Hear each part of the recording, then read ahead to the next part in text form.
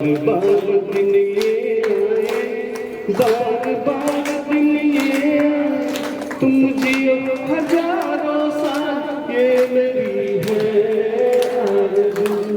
तेरा जन्म तेरा जन्म तेरा जन्म तेरा जन्म तेरा जन्म तेरा जन्म तेरा जन्म।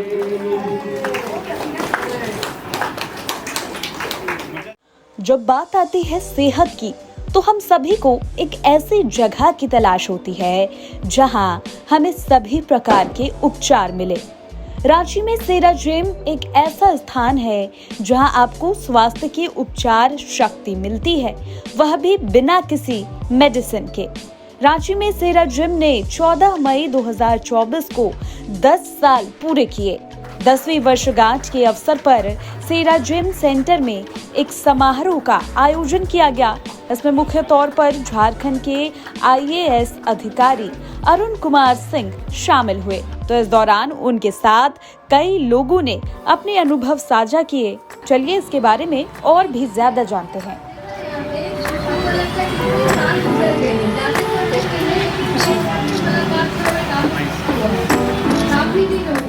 सर की माता जी यहाँ पर आती थी और मुझे याद है 7 साल पहले वो उन सर के यहाँ बेड चला गया था उस समय, लेकिन वो बोली नहीं मैं यहाँ आऊँगा, यहाँ पर अच्छा माहौल है और मुझे बहुत स्नेह मिला उनसे। तो सबसे पहले मुझे अगर कोई डॉक्टर बोला है तो सर की माता जी ही बोली थी।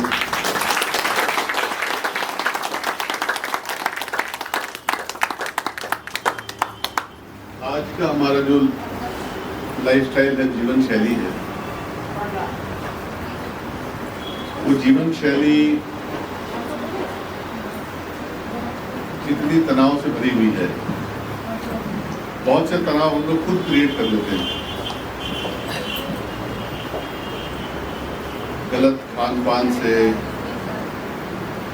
गलत रहन सहन से, नए नए इलेक्ट्रॉनिक गैजेट आ गए। सबसे बड़ा गैजेट तो सभी की पॉकेट में है, मोबाइल। और मोबाइल में तरह तरह के ऐप्स हैं, इंस्टाग्राम, फेसबुक, ट्विटर, व्हाट्सएप। और एक बार जब आदमी इसमें घुसता है तो उसके बाद उसे समय पता नहीं चलता है कितना समय उसने गुजार दिया या बर्बाद कर दिया। कितना लाभ हुआ वो अलग बात है, कुछ कुछ लाभकारी बातें भी होती हैं, लेकिन जितना समय हम उन लाभकारी बातों को अर्जित करने में, समझने में लगाते हैं, उससे कहीं ज़्यादा समय हम मोबाइल देखने में लगा देते हैं, टीवी देखने में लगा देते हैं। योगाभ्यास, व्यायाम, प्राणायाम हम लोग भूल गए और पाश्चात्य सभ्यता को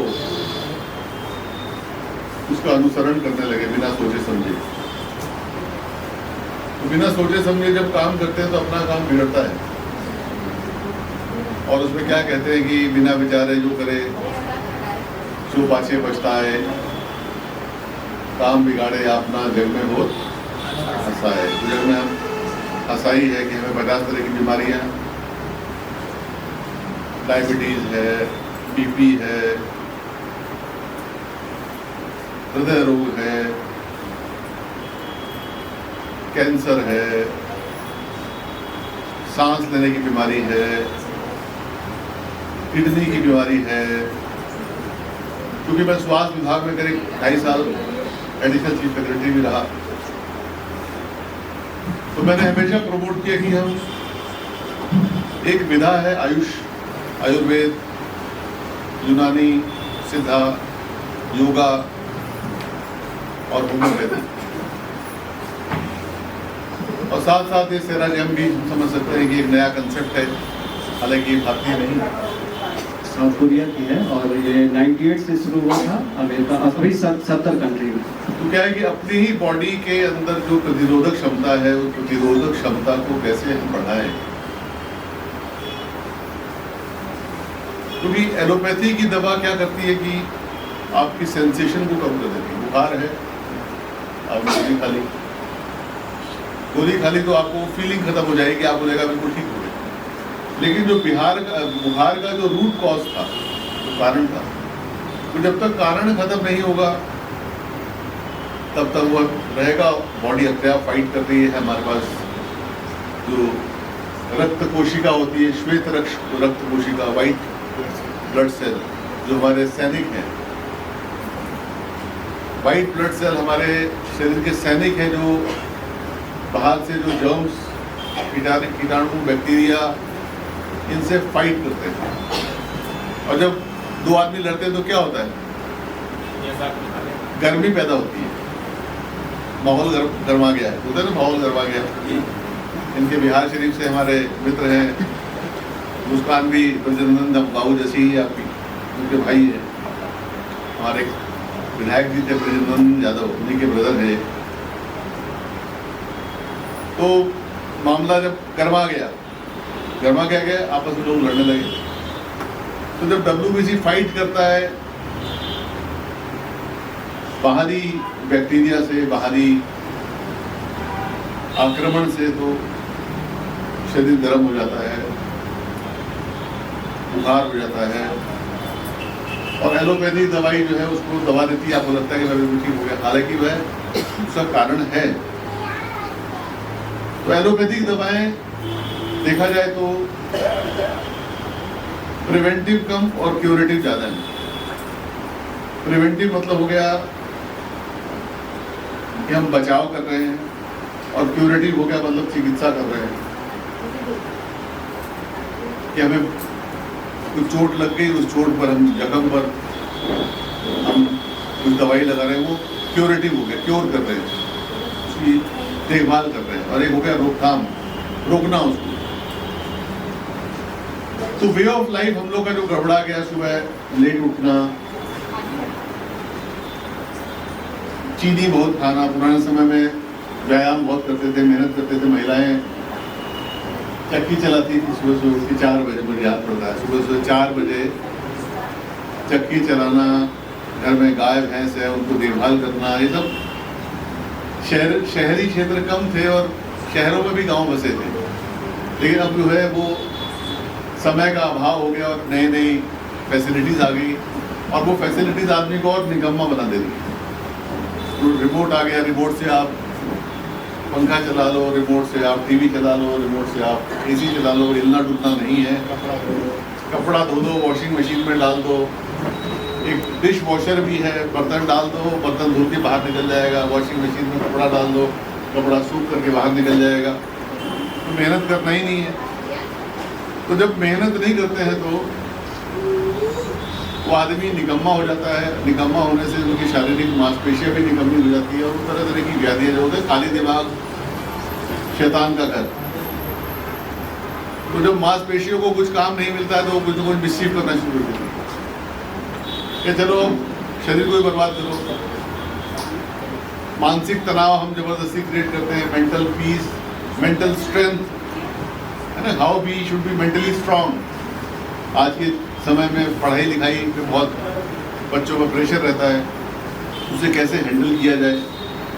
तो ये सब बहुत सारे इश्यूज हैं जिसे हमें बहुत शांति से बैठ करके विचार करने की आवश्यकता है कि आखिर क्यों होता, कैसे हम अपने जीवन को और बेहतर बना सकते हैं। कहते हैं prevention is better than cure.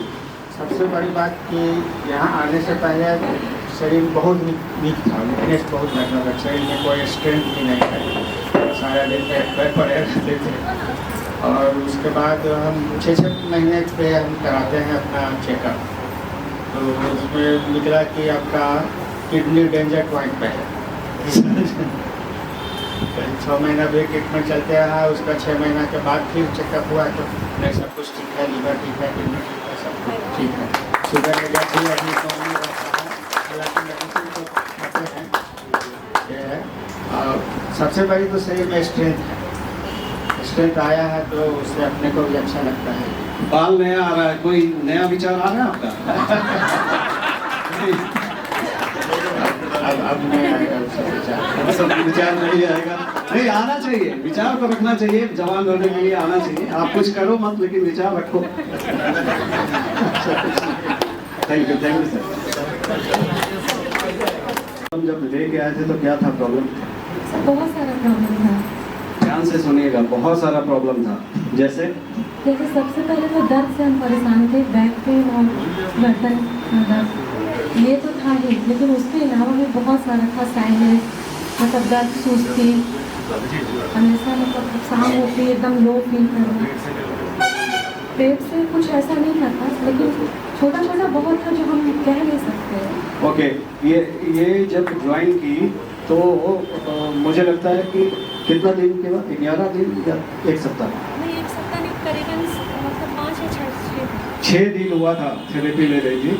उसके बाद क्या हुआ, पित्त होता है ना, पित्त ग्रीन कलर का, वो वोमिट हुआ और 1.5 दिन के अंदर 3-4 बार करके हुआ। वो देखिए हम लोगों के शरीर, सारे लोगों के शरीर में है, लेकिन स्पाइन में जब गर्मी, मसाज, मॉक्सिबोसन, पैरोप्रैक्टिक होता है तो गंदा चीज जो है हम लोगों के शरीर में वो भागना चाहिए। तो कैसे भाग सकता है?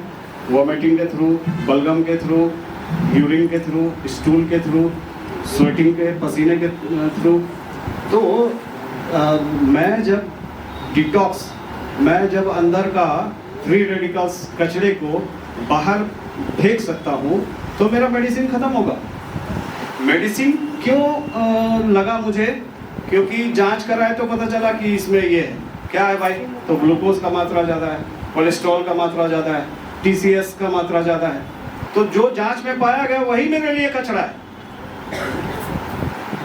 वही मेरे लिए कचरा है। कोलेस्ट्रॉल, ट्राइग्लिसराइड बढ़ा हुआ था, LDL बहुत ज़्यादा, वही मेरे लिए कचरा है। लेकिन सेरेजेम आके अगर वो कचरा निकलता है तो फिर मेडिसिन भी छूटेगा एक दिन। तो ऐसा मैडम गंदा सा पित्त जब निकला तो मुझे बताई, मैं बोला कंटिन्यू थेरेपी लेना है। लेकिन 10-15 दिन के बाद ये अपने आप को नया शरीर पाई। कैसा शरीर? बिल्कुल नया। इनको जो भी रिलेटेड प्रॉब्लम था वो पूरा एकदम खत्म हो गया।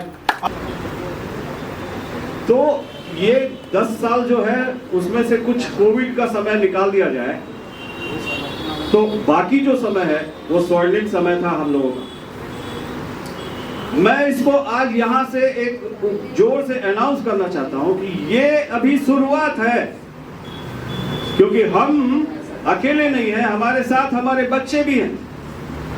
उन लाखों बच्चों, हजारों बच्चों के लिए सेरेजेम वरदान साबित होगा जो इसको रोज रोज करेगा। इससे नींद अच्छी होगी, इससे भूख अच्छी होती है, हमारा डिटॉक्सिफिकेशन होता है शरीर का। शरीर के अंदर जो हम लोगों को जो विष रूपी अंदर जो टॉक्सिन है वो चीज हम निकालने में सक्षम होते हैं, चाहे वो कफ के रूप में, चाहे वो गंदा स्टूल, लूज मोशन के रूप में, चाहे वो वोमिटिंग के रूप में, पित्त के रूप में बाहर आता है, चाहे वो पसीने के रूप में। तो ये एक अच्छा पैकेज है।